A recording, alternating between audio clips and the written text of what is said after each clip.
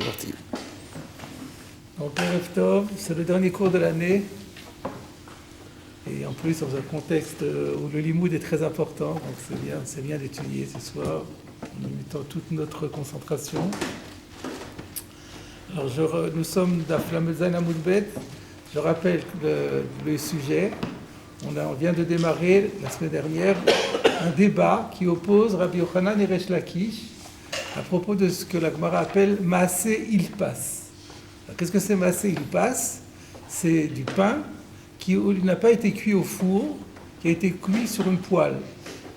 C'est-à-dire sur une poêle, la poêle est sur le feu. Ce n'est pas le système du four. Alors, est-ce que pour autant, ça conserve quand même le statut de l'echem? Est-ce que ça s'appelle du pain ou pas? Le fait que ça n'a pas été sur la poêle, que ça n'a pas été au four, mais cuit sur une poêle, sur le feu, est-ce que ça lui enlève le nom de pain ou pas? Avec deux applications, parce qu'il y a deux mitzvot où la Torah parle de l'echem. Une, c'est la mitzvah chala, afrashat chala. La Torah, elle dit dans Parashat Shlach Lecha, Ochlochem milechem haaretz, comme on mangerait le pain de la terre, du pays. Donc il faut que ce soit du pain. Et aussi par rapport à la mitzvah de matzah, c'est pour ça qu'on en parle ici, parce que la Torah, elle dit lechem oni. Donc Rabbi Resh Lakish dit, c'est pas du pain. Donc c'est pas tour de chala, mais on ne peut pas s'acquitter avec de la mitzvah de matzah.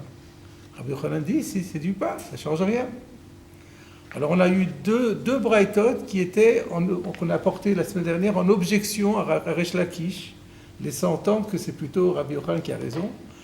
Et Resh Lakish en est tiré chaque fois, mais en rajoutant un détail, c'est qu'il y a un cas où il est d'accord que ça s'appelle du pain. Si on a d'abord pris la poêle vide, on l'a mis sur le feu, on l'a chauffée, et une fois qu'elle était brûlante, on a mis la pâte dessus, parce que ça ressemble à la même technique que le four. Puisque le four aussi, le four chauffe, et c'est la chaleur des parois qui va cuire le pain. Donc si on a mis le métal, on l'a mis sur le feu à vide, après c'est un peu la même technique que le four. Et là il reconnaît donc d'après tout le monde, il n'y a pas de débat dans ce cas-là, ça s'appelle l'echem, c'est chayav chala, et on peut s'acquitter avec. Donc le débat est circonscrit à ce que la Gemara appelle idbik v'acharkar iftiach. Il a d'abord mis la pâte, il a collé la pâte sur la poêle, après il a mis la poêle sur le feu. C'est dans ce cas-là qu'il y a un débat. Rabbi Yochanan dit il n'y a aucun problème, et Resh Lakish dit non, c'est plus du pain. Voilà où nous sommes restés la semaine dernière. Nous reprenons la Gemara, la Zain Amoud Bet, à la deuxième ligne. Métivé, c'est une nouvelle objection. Alors à chaque fois qu'il y a écrit métivé, on peut se poser la question contre qui? Donc c'est pour ça que je vous ai dit que les deux premières objections visaient Resh Lakish. Donc a priori, on se dit que ça va être encore une fois contre Resh Lakish. Mais j'ai dit que c'est a priori seulement. On risque d'avoir des surprises. Alors donc on cite une braïta, assez longue d'ailleurs, qui nous dit la chose suivante. Him Issa.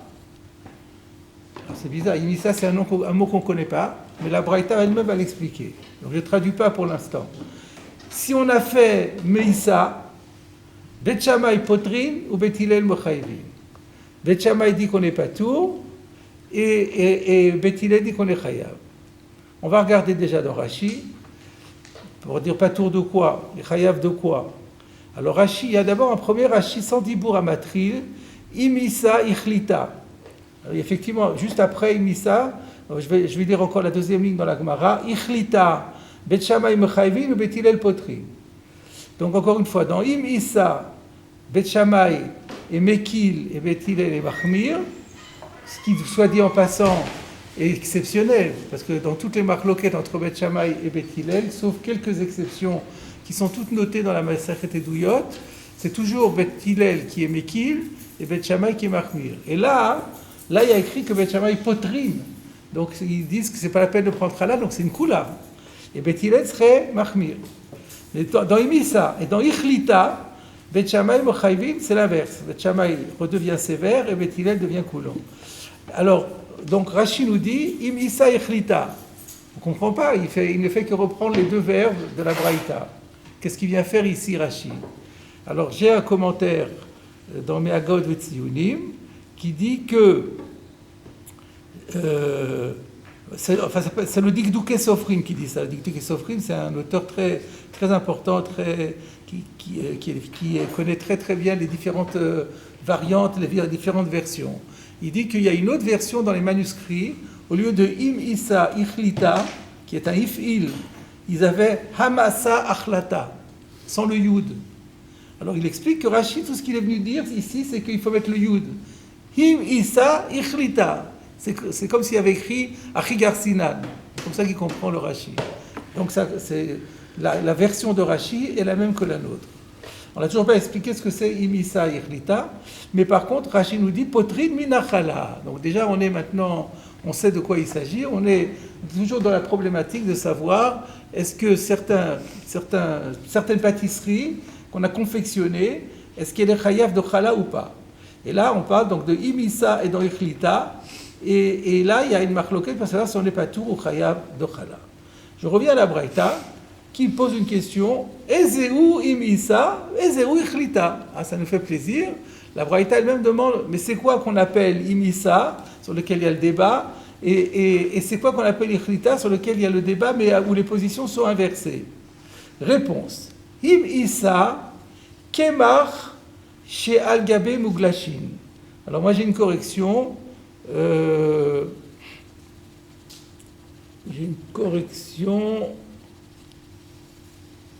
À l'œuf. Oui, dans les Rishonim et dans les manuscrits, il n'y a pas le shin. Il faut enlever le shin, c'est plus clair. Im Issa, ça veut dire que Kemach, on a pris la farine et on l'a posée al gabé muglashin. Alors muglashin, on ne sait pas non plus ce que c'est, on regarde dans Rashi. Muglashin rotrin. Muglashin, c'est un terme apparemment plus araméen pour dire de l'eau bouillante. Donc, on parle d'un cas où on avait de l'eau bouillante dans une casserole et on a rempli la casserole avec de la farine. Et donc la farine est venue sur l'eau bouillante. Et ça formait un mélange comme ça, et après on le pétrit et ça donne de la pâte. Et Ichlita, c'est quoi? C'est Muglashin al-Gabe Kemach. Il y avait la farine dans une casserole à sec, et on a versé l'eau bouillante dessus. Donc on comprend la problématique, c'est une mise en contact de farine avec de l'eau bouillante. La seule différence qu'il y a, c'est qu'est-ce qui est en bas et qu'est-ce qui est au-dessus. Donc le Im Issa, encore une fois, Im Issa, c'est Kemach al-Gabe Muglashin, c'est-à-dire on a mis la farine dans l'eau bouillante, et Ichlita, c'est l'eau bouillante qui est venue sur la farine. La Braïta n'est pas finie, ça c'était juste le Tanakama. Ensuite, Rabbi Ishmael bar Rabbi Yossé Omer Mishum Aviv. Rabbi Ishmael bar Rabbi Yossé dit au nom de son père, c'est-à-dire au nom de Rabbi Yossé, Zeveze Iftor. C'est-à-dire, il n'y a pas de différence entre Im Issa et Ichlita, contrairement à ce qu'on venait de voir. On avait dit que c'était une marloquet Bet Shammai Bet Hillel. C'est pas une marloquet Bet Shammai Bet Hillel. Et d'après tout le monde, c'est de l'un comme l'autre. Il n'y a pas de débat. Et les deux ont le même statut, à savoir qu'on n'est pas tour. Ve'amrela, mais d'autres rapportent une autre version, Zeveze le chiyuv, que l'un et l'autre sont chayav. Alors là, j'ai une remarque, certains auteurs disent, Amrela, c'est de l'araméen, c'est pas dans une braïta. La braïta, vous avez remarqué, les braïta et les mishnayot, je fais souvent remarquer, sont toujours écrits en lachon hakodesh. Il n'y a pas d'araméen dedans. Amrela, vous ne trouverez jamais. Donc, comment ça se fait qu'il y a écrit Amrela? Ça prouve qu'en fait, ce n'était pas dans le texte de la braïta. Dans le texte de la braïta, il y avait seulement Zeveze Liftor.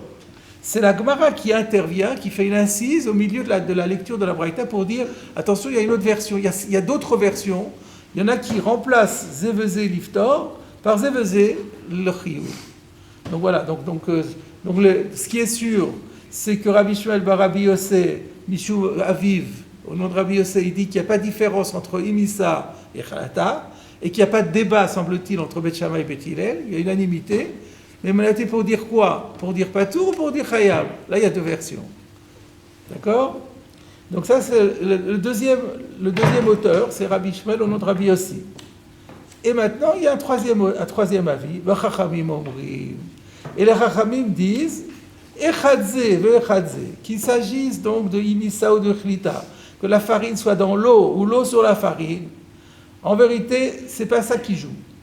As-sa'al be'ilfas patour, betana chayav. Tout va, en fait, ce qui compte pour déterminer s'il y a une obligation de prélever la chala ou pas, ça ne joue pas du tout l'histoire d'eau bouillante avec la farine. Ce qui compte, c'est quel est l'instrument de cuisson utilisé. Si c'est le ilfas, si c'est donc une poêle, on n'est pas tour. Comme qui, ça? Apparemment, ça va comme Resh Lakish. Betanou, et si c'est dans un four, alors c'est normal, et c'est chayav. Fin de la braïta. Alors on avait dit métivé.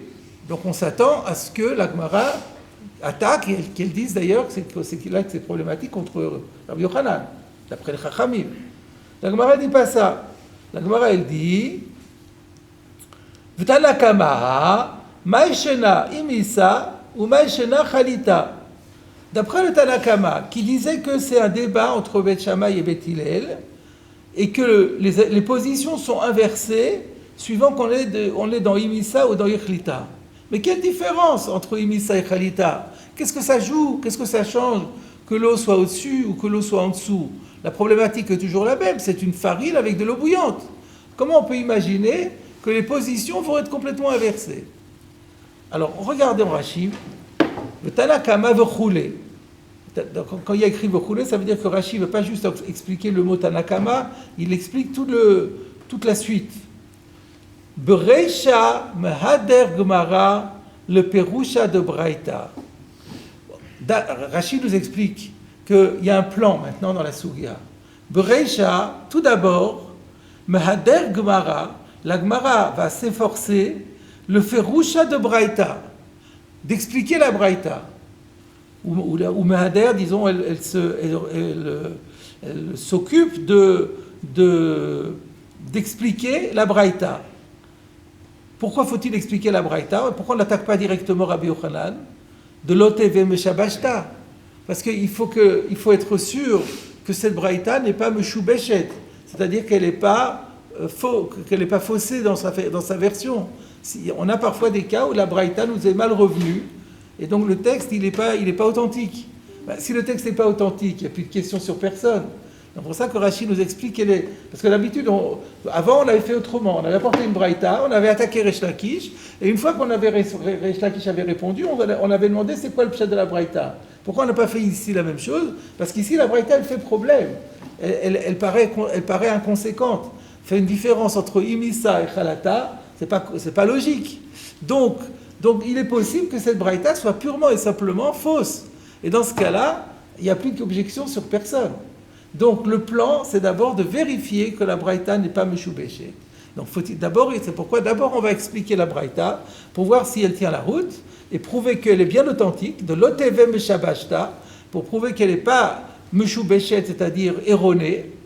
Vehadar, et une fois qu'on aura terminé et qu'on aura montré qu'elle n'est pas erronée, mais ça y est milte, on terminera la phrase ou motif tufta et on apportera la tufta parce qu'on avait annoncé métivé. Donc on a annoncé qu'on veut faire une tufta, mais on ne fait pas faire la tufta tout de suite. Il faut d'abord prouver que la braïta n'est pas erronée. Une fois que la braïta, on a prouvé qu'elle n'est pas erronée, alors après on terminera la phrase en disant qu'il y a une objection. Et Rashi nous dit tout de suite, parce qu'on a pu s'en rendre compte, ou motif tufta mina les Rabbi Yochanan. Et l'objection qu'on va faire, elle va être maintenant contre Rabbi Yochanan. Donc c'est un tournant dans la Sugia, parce que jusqu'à présent, les deux premières objections, elles étaient contre Resh Lakish.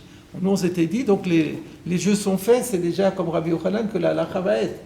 Mais là, on se rend compte qu'il y a un tournant complètement, un renversement de situation, qu'on a trouvé une braïta qui semble donner raison à 100% à Resh Lakish, puisqu'on va voir que on a vu les Chachamim ont dit, il passe pas tour. C'est ce que dit Resh Lakish.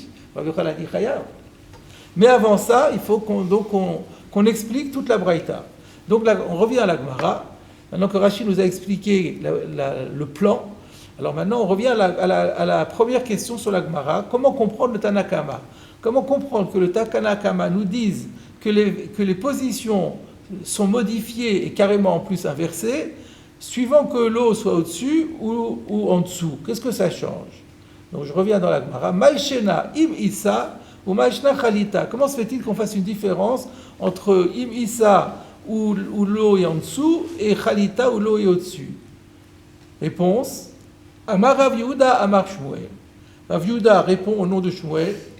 Alors là, après, on a V'chen Amar Rabbi Yehuda. Mais ça, c'est pas possible. On n'a pas d'Amora qui s'appelle Rabbi Yehuda.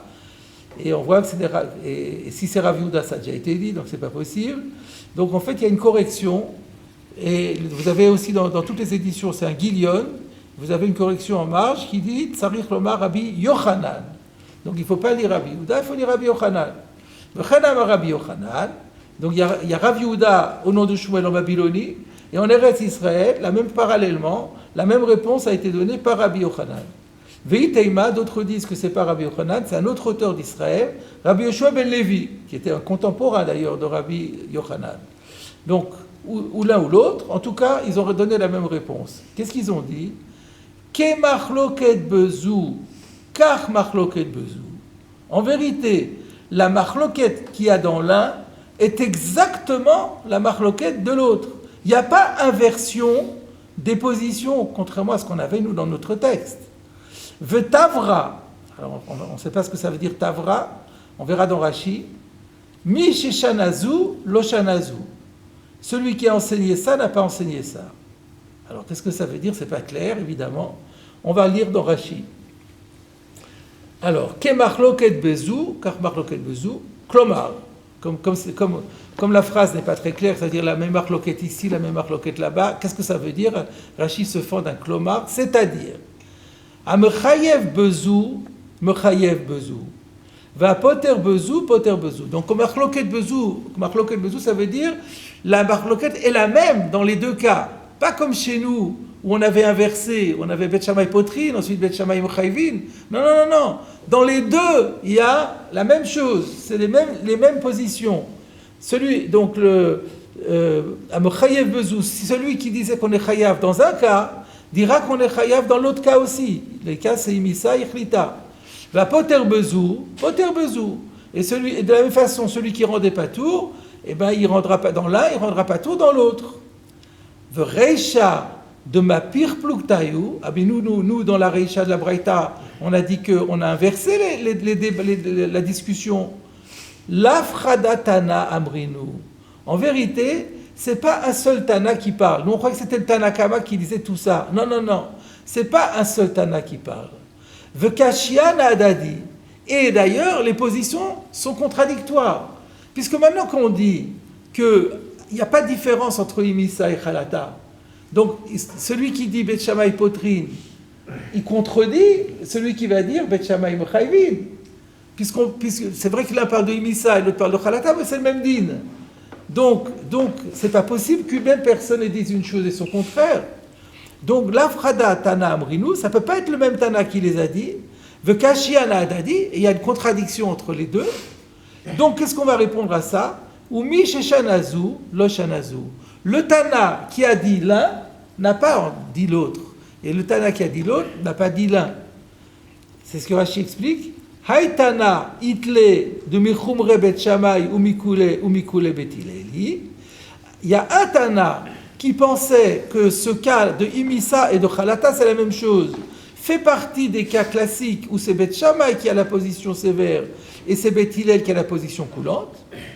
Et donc il a Vetana Khalita, il l'a dit à propos de Khalita, Vewadin le Meïssa, mais ça il dira la même chose. Lui, il a pris comme exemple la Khalata, mais la Meïssa, il dirait exactement la même chose. Vehai Itle et l'autre Tana, lui, il pense l'inverse, de Mikul et Bet Shammai, que c'est justement, comme je le disais tout à l'heure, un des cas exceptionnels où Bet Shammai se retrouve dans la position coulante, Vechumre Bet Hillel et Bet Hillel est sévère. Ça fait partie des cas, des enseignements où Bet Shammai est dans la Kula et Bet Hillel dans la Chumra. Vetana imisa vewadin khalita. Mais quand il y en a un qui a enseigné Imissa, c'est exactement Khalita. Et Rashi nous dit encore, Tavra, parce que le texte disait Tavra. Tavra, ça veut dire quoi? Kashiana Adadi. Kashiana Adadi, ça veut dire ils se contredisent. Donc on va relire dans les mots de la Gemara pour bien comprendre, maintenant que Rashi nous l'a expliqué. Donc c'était la réponse de Rabbi Yehuda au nom de Shmuel, ou de Rabbi Yochanan, ou Rabbi Yoshua ben Levi, qui dit que Machloket Bezou, car Machloket Bezou, la Machloket entre Bet Shammai et Bet Hillel, qu'elle soit dans Chalata ou dans Amasa, c'est exactement la même chose. Les positions ne peuvent pas être inversées. Vetavra, et dans l'autre Braïta où les positions sont inversées, c'est une contradiction. Et pour résoudre la contradiction, qu'est-ce qu'on va dire? Mimi sheshanazu, lo shanazu. C'est-à-dire qu'il y a deux Tanaïm qui discutent. Tous les deux sont d'accord pour dire que dans Imissa et dans Chalata, il y a une marloquet Bet Shammai et Bet Hillel. Ça, ils sont tous d'accord. Là où ils ne sont pas d'accord, c'est pour savoir qui a été Mahmir et qui a été Mekil. Et donc nous, on pensait qu'il y avait 3 Tanaïm dans cette Braïta. Il y en a 4 en fait. Les deux premières phrases, c'est déjà 2 Tanaïm. Ensuite, il y a les 2 Tanaïm. Alors après, il y a Rabbi Shmuel Rabbi Yossé qui dit, qu'est-ce qu'il a dit? Alors lui, qu'est-ce qu'il dit? Zévezé liftor. Donc lui, quand il dit zévezé, ça veut dire qu'on ne fait pas de différence. Sur ce plan-là, les autres étaient d'accord avec lui, d'après ce qu'on a dit maintenant. Tout le monde est d'accord que zévezé, c'est pareil. Mais simplement, liftor, ça veut dire, lui, il pense qu'il n'y a pas eu de débat entre Bet Shammai et Bet Hillel, et que tout le monde a dit que c'en n'est pas tout. Et puis il y a Amrela, et puis il y a une version, comme quoi Rabbi Shmuel Rabbi Yossé, lui, il pense le contraire, c'est que c'est vrai qu'il y a unanimité, et il n'y a pas de différence entre Imissa et Chalata, mais par contre, c'est le Chiyuv. Donc, ce qui veut dire que on a pour l'instant 3 avis. On a 2 avis comme quoi c'est le Marloquet Bet Shammai et Hillel, et on a un 3e avis comme quoi il y a unanimité. Unanimité pour dire quoi? Là, il y a 2 versions. Soit pour dire Patour, soit pour dire Chayav. Et donc, on a donc restauré toute cette braïta, on l'a expliquée, et elle n'est pas erronée. Et donc, du coup, maintenant, la Gemara va pouvoir se permettre d'aboutir au métivé. On revient à la Gemara. Ketani mihat, en tous les cas, mihat, ça veut dire en tous les cas, Katani, il est bien enseigné dans cette braïta, la phrase suivante. Vachachamim omrim. Donc là, en fait, l'objection, elle n'est pas sur les premiers Tanaïm, elle est sur les Chachamim qui interviennent à la fin et qui disent Echadze ve Echadze.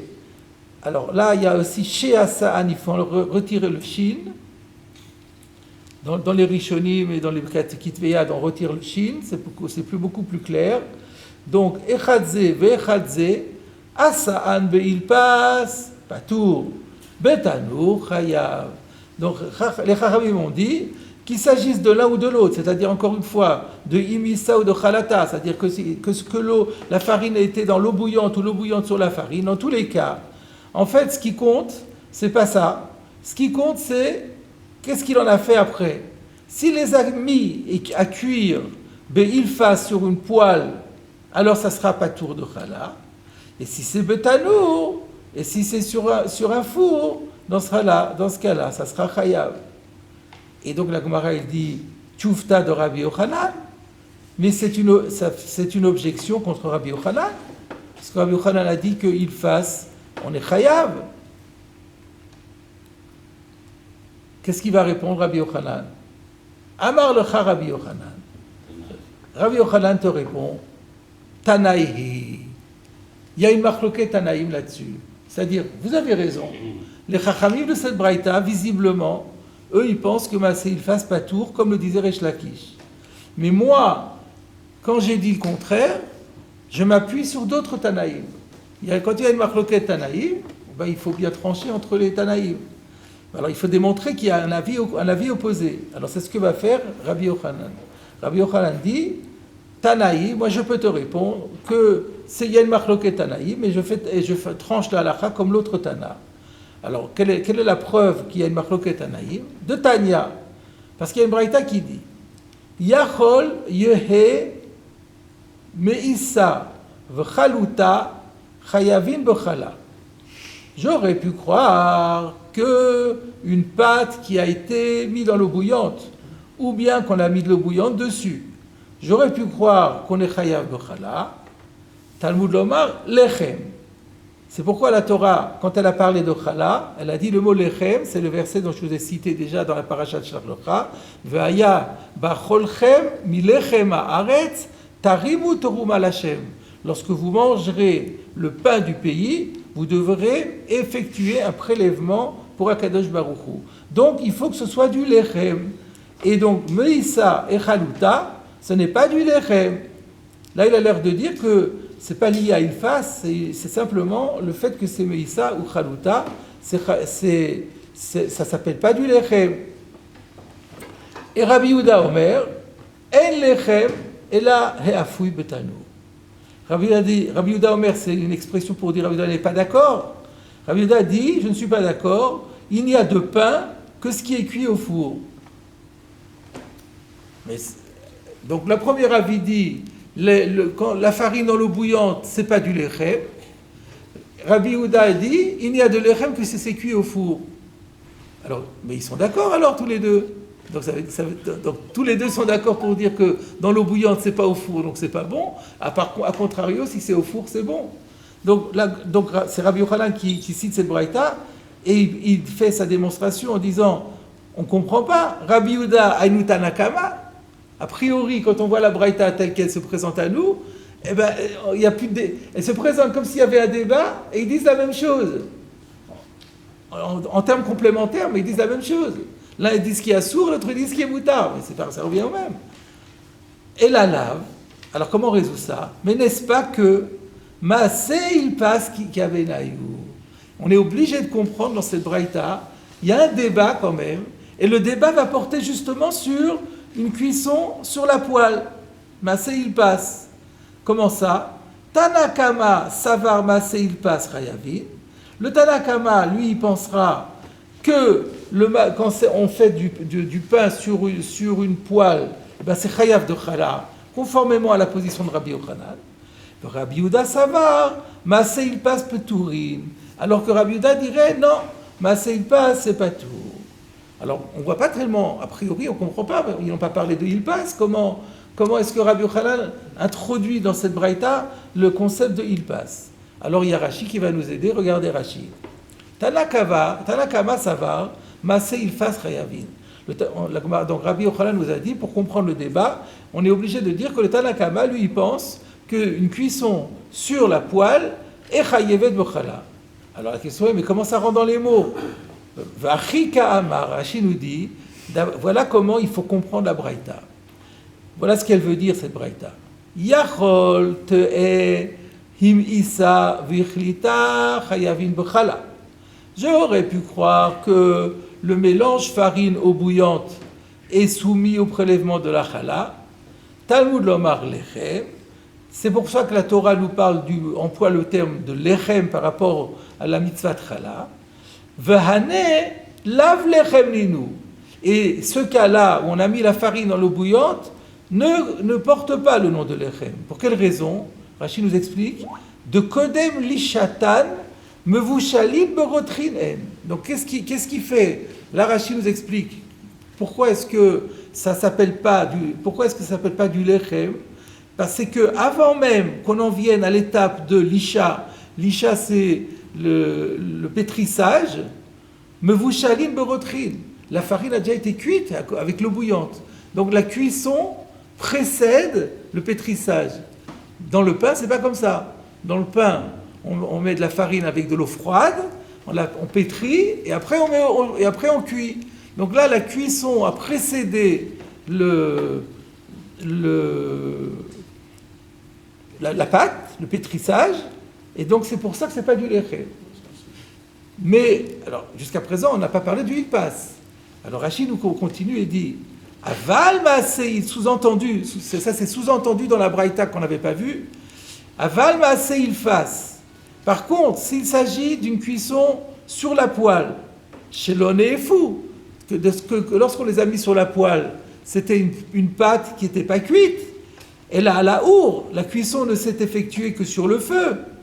Que rovin en Maaseh tanour, c'est suffisamment proche de l'action du four. Pourquoi? Parce que le point commun entre les deux, même si l'appareil est différent, mais c'est toujours la force du feu qui est responsable de la cuisson de la pâte. Donc c'est très proche, suffisamment proche pour que même le ilfas porte le nom de lechem. Alors c'est ça qu'il faut rentrer dans la Braïta. La Braïta l'avait pas dit. La Braïta avait dit Yachol yem meisa b'chotachavin b'chala Talmud lomar lechem. Mais il faut rajouter à ça, ça s'appelle pas du lechem. Mais un maaseh ilpas s'appellerait du lechem. Et comment on déduit ça? À cause de la suite. Maintenant on comprend la suite de Rabbi Yehuda. Donc je continue dans Rashi. V'lechem ninu v'chayav. Et donc d'après le Tanakama, quand c'est fait sur le ilpas, ça s'appelle du lechem. V'chayav, et ça sera soumis à l'obligation du prélèvement de la chala. Va filou idbik ou va sof irtiach. Même dans le cas où Resh Lakish n'était pas d'accord, c'est-à-dire dans le cas où on aurait collé tout d'abord la pâte sur la poêle et ensuite on aurait mis la poêle à bouillir, ou à cuire, disons, sur le feu, pour le Tanakama, ça se rapproche suffisamment du four pour s'appeler du lechem. Va marler Rabbi Yehuda. Et c'est là que Rabbi Yehuda intervient en lui disant: ah non, je ne suis pas d'accord avec toi. Maaseh ilfas nami pturim. Le ilfas aussi, tout comme le cas de la farine avec dans l'eau bouillante, il sera aussi patour. Pourquoi? De en lechem ela heafui betanur. Ne peut porter le nom de lechem qu'une cuisson au four. Et rien qu'au four. Et là, il n'y a pas eu de four. Donc, voilà comment est-ce que Rabbi Yochanan interprète la Braïta. Donc, si on regarde encore une fois la Braïta dit Yachol meisa b'chaluta chayavin b'chala. Le Tanakama dit j'aurais pu croire que le mélange de bouillante n'est pas un problème. Talmud lomar lechem. C'est pour ça que la Torah nous a dit lechem. Sous-entendu, mais par contre, donc ça s'appelle pas du lechem parce que y a une cuisson avant pétrissage. Par contre, si la cuisson s'effectue après le pétrissage, même dans une poêle, ça sera bon. Et c'est ça. Et là-dessus, via Rabbi Yehuda, il dit non, donc en fait, on comprend que si Rabbi Yehuda a dit il n'y a de pain que ce qui est cuit au four, on peut en déduire qu'il avait entendu dire du Tanakama que lui pensait que même quelque chose qui n'était pas cuit au four portait aussi le nom de lechem. Et donc, et la lave, maaseh ilfas ikabenayu. Donc je reviens à la Gemara. N'est-ce pas que le pshat dans cette braïta, c'est que le débat qui oppose le Tanakama à Rabbi Yehuda, c'est pas Imisa et Chalata, mais c'est Maaseh ilpas. Tanakama savar, Maaseh ilpas chayavi. Le Tanakama pense que la poêle est chayav de chala. Le Rabbi Yehuda savar, Maaseh ilpas peturi. Voilà ce que dit Rabbi Yochanan. Mais Rabbi Yochanan dit ça de manière interrogative. Il dit, n'est-ce pas qu'il demande l'adhésion de son contradicteur. Et là-dessus, la Gemara dit Lo, je ne suis pas d'accord avec toi. Donc la Gemara va réfuter l'interprétation de Rabbi Yochanan. Elle dit Lo, je peux très bien comprendre la Braïta autrement, expliquer la Braïta différemment de toi, et il y aura quand même une marloquette entre le Tanakama et Rabbi Yehuda. Dekoule alma, maaseh ilfas peturin. Je te dirais qu'ils pensent tous que la cuisson à la poêle est dispensée de chala conformément à la position de Resh Lakish. Et donc il y a unanimité comme Resh Lakish contre Rabbi Yochanan. Ve'acha. Alors maintenant, c'est quoi le débat entre le Tanakama et Rabbi Yehuda?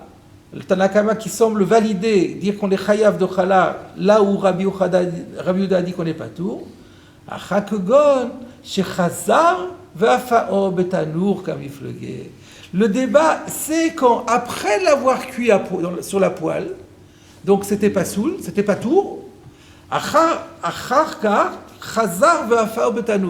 a repris le pain qui était cuit sur la poêle, on a refait une nouvelle cuisson, cette fois-ci au four. C'est de ça qu'ils débattent. De Tanakama Savar, le Tanakama pense qu'il va chez Chazar va faire betanour lechem karinan be. Lui, il pense qu'il faut du tanour. Mais voilà, il y a eu un tanour là. En deuxième phase, on a bien fait intervenir un tanour. Donc là, maintenant, ça devient chayav b'chala. Le Rabbi Yehuda savar, en lechem ela ha'afui betanour meikara. Non, pour que ça s'appelle lechem, il faut que depuis le départ, l'appareil de chauffage utilisé de l'appareil de cuisson, ça soit un four. Fait kivan de meikara lave betanour afié lave lechemu. Si au départ, c'était pas le four, mais c'était la poêle, ça peut plus s'appeler du lechem. Il faudra se poser la question pourquoi. La Gemara va l'expliquer, mais on va d'abord faire Rashi. Donc, chez Chazar Vafan Betanour, donc la Gemara a dit, je peux te proposer une lecture différente que la tienne, en disant qu'ils sont d'accord que le Ilfas est pas tour, c'est pas du Ilfas qui discute, ils discutent lorsque, après avoir utilisé le Ilfas, on a utilisé un four. Chazar Vafan Betanour, il les a recuits une deuxième fois en les mettant au four. Alors, Afa'an, de quoi il s'agit? Lema, c'est Ilfas. Je l'ai expliqué parce que j'ai vu dans Rashi, chez Chazar Afa'an, la Gemara emploie le pronom personnel. Il les a cuits, mais il a cuit quoi? Alors Rashi dit, le maasé Ilfas. Il faut comprendre que ce que la Gemara a dit, qu'il a refait une cuisson de quelque chose qui avait été cuit sur la poêle. Vachika amar Tanakama. Et voilà comment on fait rentrer ça dans les mots du Tanakama. Il avait dit, j'aurais pu croire que l'eau bouillante, etc., et chaya v'chala, Talmud lomar lechem. C'est pour ça que la Torah avait employé le terme de lechem, mais ça c'est pas du lechem quand il y a de l'eau bouillante. Vehane lav lechem ninou. Et donc dans le premier cas, là, on revient au cas de l'eau bouillante, ça s'appelle pas du lechem. Pourquoi? De me vous chalim b'maïmen. Parce qu'ils ont été cuits dans l'eau. Et le pain, c'est pas cuit à l'eau, c'est une cuisson à sec. Donc c'est pour ça que c'est pas du lechem. Vehuadin le maaseh ilfas nami. Mais maintenant, il faut rajouter dans les Tanakama, en sous-entendu, que de la même façon qu'ils ont exclu du chiyuv chala une cuisson à l'eau, ils vont aussi exclure le cuisson à la poêle. Chez Idbik ou va sofir tiach, dans le cas où il a d'abord mis la pâte, il a collé la pâte sur la poêle, et ensuite il a mis la poêle sur le feu, nami lav lechem linu. Là aussi, on reconnaît que ce n'est pas du pain. Et donc là-dessus, il y a unanimité. Aval, chazar, vafar, betanour. Mais si ce maasé, il passe là, il l'a recuit au four, lechem karinanbe, là ça s'appellera du lechem. Ve Rabbi Yehuda ça va, alors que Rabbi Yehuda pense, afouy betanour echad ba'inan, ve lo bishne tanourim. Alors là, Rashi anticipe déjà sur la suite de la Gemara. Pourquoi est-ce que Rabbi Yehuda va dire c'est pas bon, puisqu'il y a eu un four? Lui il dit, oui, il faut un four, mais betanour echad ba'inan. Il faut qu'en tout et pour tout, on ait fait usage que d'un seul four. Velo bishne tanourim, et pas deux successivement. Que gon ilfas betanour. Là, dans notre cas, il y a eu deux cuissons. Bon, la première, c'est ilfas, qui n'est pas vraiment un tanour, mais qui ressemble à un tanour. Et donc, c'est déjà exclu parce qu'il faut que tanour echad. Et donc on est face maintenant à deux explications, à deux versions différentes de la Braïta. Alors, je vous pose la question, est-ce que Rabbi Yochanan est finalement réfuté ou pas? La Gemara a repoussé le pshat de Rabbi Yochanan. Mais c'est une théorie qu'elle propose, ce n'est pas une démonstration. Donc en fait, ce qu'il faut retenir de la Gemara ici, c'est que Rabbi Yochanan, il a apporté cette braïta pour démontrer que ce qu'il dit fait l'objet du marloket tanaïm et qu'il a un tana auquel se raccrocher. La Gemara a réfuté en disant c'est pas probant. On peut très bien comprendre la braïta autrement. Mais on n'a pas de preuve non plus que c'est pas ton pshat qui est le bon. Donc du coup, chacun peut rester sur ses positions. Rabbi Yochanan peut dire que c'est ça, et Resh Lakish dira que c'est ça. Donc on est toujours dans le 0 à 0. On n'a pas de preuve ni dans un sens ni dans l'autre. Chacun interprétera la braïta comme il veut. Selon Rabbi Yochanan, il y a un débat sur il passe. Selon Resh Lakish, ils sont tous d'accord que il passe c'est pas bon, et ils débattent dans le cas où après le il passe, on est passé au four. Tanakama dira c'est bon, il y a un four. Rabbi Yehuda dit ah non, il faut un seul four. Se pose maintenant la question d'où Rabbi Yehuda va sortir ça. On revient à la Gemara. La Gemara dit Amar Rava, Maïtama de Rabbi Yehuda. Rava pose la question, il dit mais c'est quoi la raison de Rabbi Yehuda? Il y a eu un four. Pourquoi? D'où il sort qu'il ne faut pas parce qu'il y a eu un ilfas avant, ça ne marche plus. Réponse, dirtiv, parce que la Torah écrit Ve'afu eser nashim lachmechem betanur echad. Le contexte, vous le connaissez, c'est dans Bechukotai, à propos dans la Tochacha.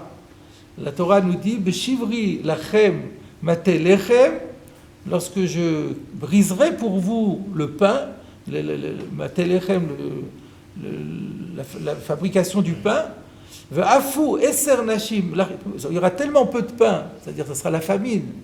Ve'afu eser nashim lachmechem betanur echad.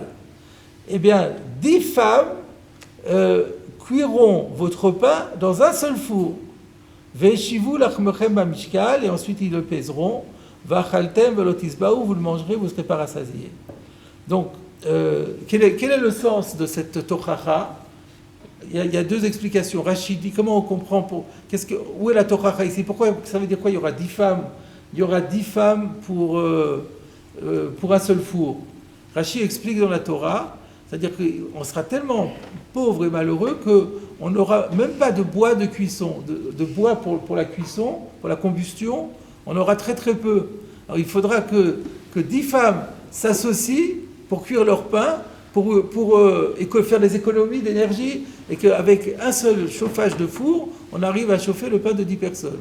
Donc c'est ça l'idée. On sera obligé de mettre 10 femmes, 10 femmes vont mettre leur pain dans le même four pour économiser le bois. Ça c'est Rashi, son petit-fils le Rashbam, dans l'explication un peu différente. On aura tellement peu de pain qu'un seul four arrivera à cuire la quantité nécessaire pour 10 personnes. Voilà.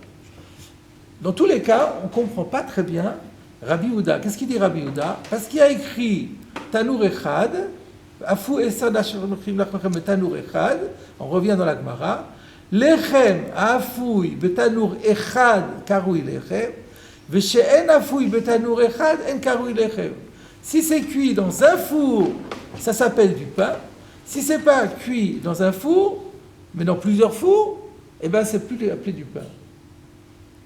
Vous comprenez la difficulté qu'il y a ici? On a l'impression qu'il fait sa dracha parce qu'il y a écrit Tanur Echad. Mais on vient d'expliquer que ce Echad, il est nécessaire pour le Pshat. C'est pour montrer la Tochacha. Donc comment est-ce qu'il peut faire dire au verset n'est appelé Lechem que ce qui est de Tanur Echad? C'est pas écrit là. Là, il y a écrit simplement que dans le cas présent, ils vont être obligés de cuire dans un seul four. Mais qu'est-ce qui permet de faire la dracha qu'il a faite? Cette question est soulevée par le Sfatemet. Le Sfatemet répond, en fait la dracha, il ne la fait pas sur le mot Echad. Il l'a fait sur le mot Lachmechem. Parce que si on lit le verset, on s'en rend compte que le mot Lechem était en trop. Comment c'est écrit dans le verset? Vaya bar lochem ilechem haaretz. Non, pas celui-là. Beshivri lachem et elechem. Va'afu eser nashim lachmechem betanur echad. On aurait mis Va'afu eser nashim betanur echad. Beshivri matelechem. Va'afu eser nashim betanur echad. Tout le monde comprend qu'il s'agit du pain. Donc, pourquoi tu me répètes encore une fois, 2 fois le pain dans le même passou? Donc c'est en trop. Pourquoi c'est là? C'est pour me dire qu'à part le pshat de Tanur Echad, il y a encore une dracha à faire en plus sur Tanur Echad par rapport à la définition du pain. Voilà ce que propose le Sfatemet, sinon on était mal dans la compréhension de la dracha.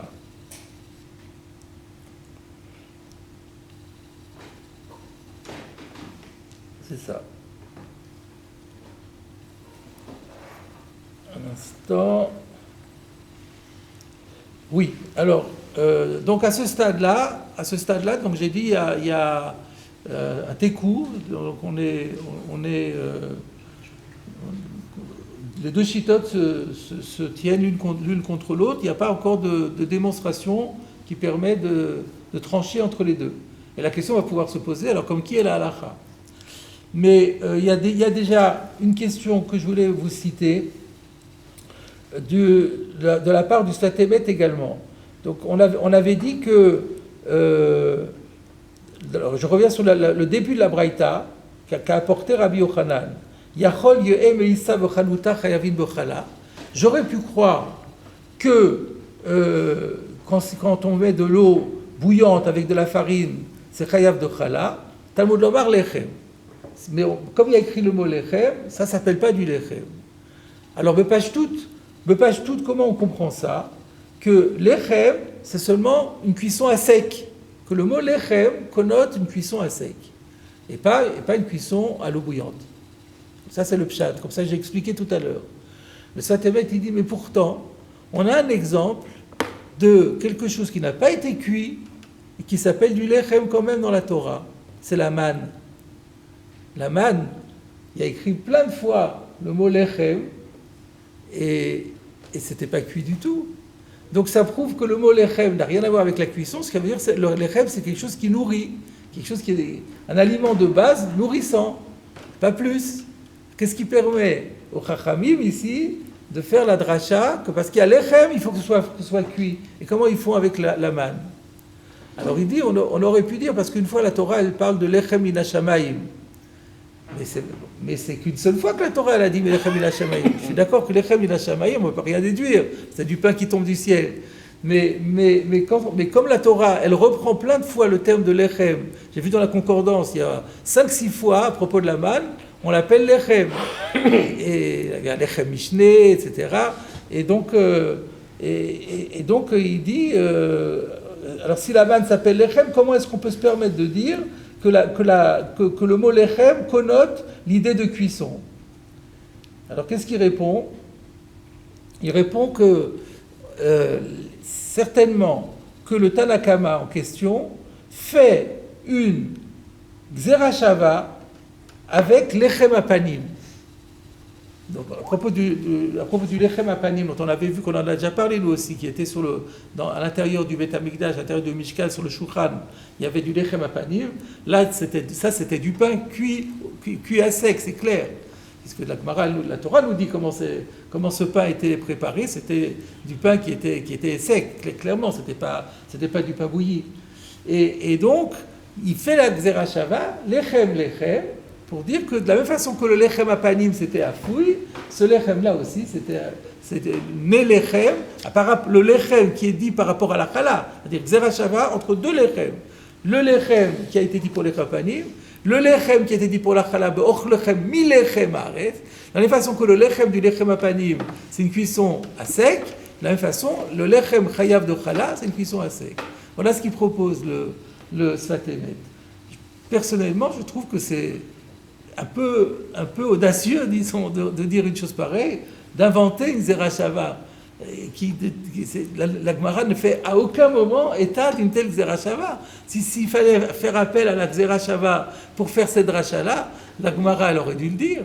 Donc je trouve la réponse du Sfat Emet Dochak. Alors du coup, la question revient. J'aurais voulu proposer une autre réponse à la question. Oui, mais on voit bien que à propos de la manne, la manne s'appelle lechem. Alors, je propose de dire que la manne s'appelle lechem. On connaît bien ce midrash qui dit que c'était un mets miraculeux et qu'il avait le goût de ce que la personne voulait. La personne avait envie de manger tel ou tel plat, une dafina, et bien la manne avait le goût d'une dafina. Et donc c'est pour ça qu'il avait lechem, parce que si on voulait que ça ait le goût de pain, et ben ça pouvait avoir le goût de pain aussi. Donc c'est pas choquant qu'il s'appelle lechem. Et la démonstration que j'aurais faite, c'est qu'il y a toutes les chances. Quel bracha on faisait sur la manne, si tant est qu'on faisait déjà des brachot. On n'aurait pas fait aussi, on aurait fait chez Akol. Donc ça prouve bien qu'on ne peut pas prouver. La manne, c'est spécial.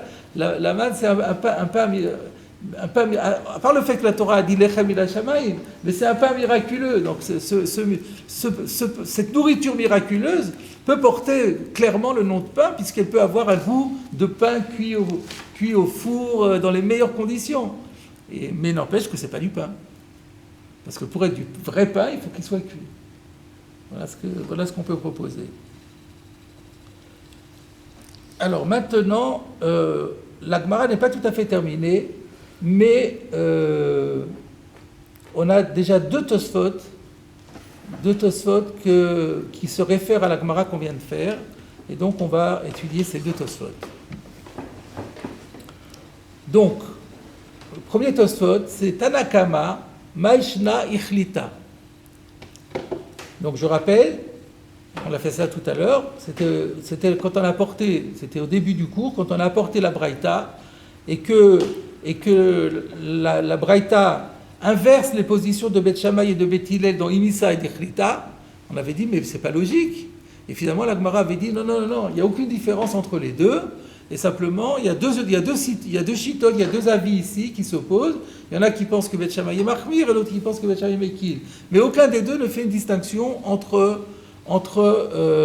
Khalita et Imissa. Donc quand la Gemara a posé sa question, quelle différence y aurait-il entre l'un et l'autre, la Gemara à aucun moment n'essaie de dire qu'il y a une différence. Elle dit oui, non, effectivement, il n'y a pas de différence. Mais ce sont deux chitotes qui s'opposent. Et là-dessus, tu sautes un problème. Tema le riz est très étonné de la question. Maïka Baïmina, qu'est-ce qu'il demande à propos de cette braïta en disant que c'est pas cohérent de faire une différence entre Khalita et Imissa? Nema, on n'a qu'à dire de Mar Savar Ila Agavar ou Mar Savar Tata Agavar. Alors, vous connaissez cette braïta, c'est une marloquette très connue. D'ailleurs, on la retrouvera, je pense, dans Psachim. D'Afaïn Vav, une marloquette entre Rav et Shmuel. La question est de savoir, quand on met un corps chaud sur un corps froid, ou un corps froid sur un corps chaud, lequel est gagnant? Lequel donne son statut à l'ensemble? Il y en a un qui pense que c'est celui qui est au-dessus, Gavar, qui prend le dessus, qui donne sa force à l'autre. Donc s'il est froid, il refroidit tout, s'il est chaud, il réchauffe tout. Il y en a qui disent, non, c'est exactement le contraire, c'est Tata Gavar. Notre halakha à nous, c'est Tata Gavar. Notre halakha, c'est que si on a par exemple un Klirishon, on a la même sortie du feu et on a mis quelque chose de froid à l'intérieur, et ben ça va cuire parce que c'est froid, parce que le chaud est en dessous et le froid est au-dessus, donc l'ensemble va devenir chaud. Donc en tout cas il y a une marloquette là-dessus. Il n'y a pas aussi une question de quantité? Pardon? Il n'y a pas aussi une question de quantité? Il peut y avoir dans un cas où il y a une très grande quantité de froid, une petite quantité de chaud, alors là, effectivement, ça ne marchera pas. Mais disons, à quantité égale, eh bien, le chaud prédomine et donne sa force à l'ensemble. C'est nafkamina à la fois pour le bilchot bichoul de Shabbat et aussi par rapport au problème de kashrut. S'il y a du éther avec du issour, et donc si le chaud est en bas, il va y avoir mélange, le issour donnera son goût au éther, parce que l'ensemble va devenir chaud. Alors que si c'est le froid est en bas, il y aura juste que des clipas. Parce que Irouï Miklirishon, que des clipas, pas plus. Pourquoi? Parce qu'on dit Ademé Karlé, Bala. Le principe de clipa, c'est que quand vous mettez du chaud sur du froid, donc le froid va refroidir le chaud, d'après le principe de Tata Gavar. C'est celui qui est en dessous qui l'emporte. Donc le froid étant en dessous, c'est lui qui va donner sa force à l'ensemble. Donc tout va devenir froid. Mais à demi carrelé, le temps que ça refroidisse, il va y avoir un petit moment, au moment du contact, où il y a une petite absorption. Pour ça, c'est boléa que des clipas. Il y a une petite écorce qui va cuire. Sur une petite écorce, il y aura la partie froide va devenir chaude.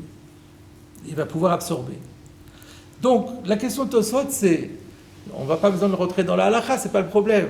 Mais pourquoi la Gemara, elle dit, comment il peut y avoir une différence entre les deux, entre Meïssa et Khalita, alors qu'on a expliqué que justement, la différence entre les deux, c'est, dans un cas, on a mis l'eau chaude en dessous, l'eau bouillante en dessous, et dans l'autre cas, c'est l'eau bouillante par-dessus.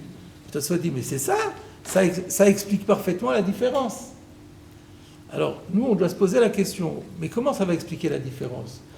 Pour expliquer que dans un cas, ça va être Chayav de Chala, et dans l'autre cas, ça ne va pas être Chayav de Chala. Alors, il y a est-ce que le fait d'être cuit, c'est problématique, ou le fait de ne pas être cuit, c'est ça qui est problématique? C'est ça. Voilà la question.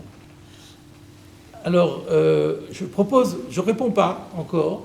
on va voir la suite du Tosfot. De la suite du Tosfot, on saura qu'est-ce qui fait problème. Veteratzri, le Ri a répondu de Kapasik Vetani, que la Braïta a enseigné de manière tranchée. C'est ça, Pasik. De manière tranchée, c'est-à-dire sans faire de nuances et sans faire de distinction. À savoir, Afalgav de l'Edbe et la Shiuchalam Tsumtsam, qu'elle parle même dans un cas où la quantité de pâte qu'on a devant nous, ou de farine qu'on a devant nous, c'est la mesure minimale pour être chayav de chala, exactement. Il n'y a pas plus que ça. On est juste dans la mesure minimale pour être soumis au prélèvement de chala. Ou la chikabay, c'est la raison pour laquelle la Gemara a demandé Maïshena, quelle différence il peut y avoir entre les deux? Pourquoi? De Ben Ilaha, Gavar, ou Ben Tata Gavar, que l'on dise que c'est celui du haut qui l'emporte, ou c'est celui qui est en bas qui l'emporte. Mais dans tous les cas, comme je vous l'ai expliqué, Yevchar, Shelo Yitbashel, Me'at Mimenu. Il y aura toujours un tout petit peu, parce que comme j'expliquais, que quel que soit, il y a à l'endroit du contact, le temps que ça refroidisse, ça va un petit peu réchauffer. Donc il est impossible qu'il n'y ait pas au moins un tout petit peu qui va être cuit.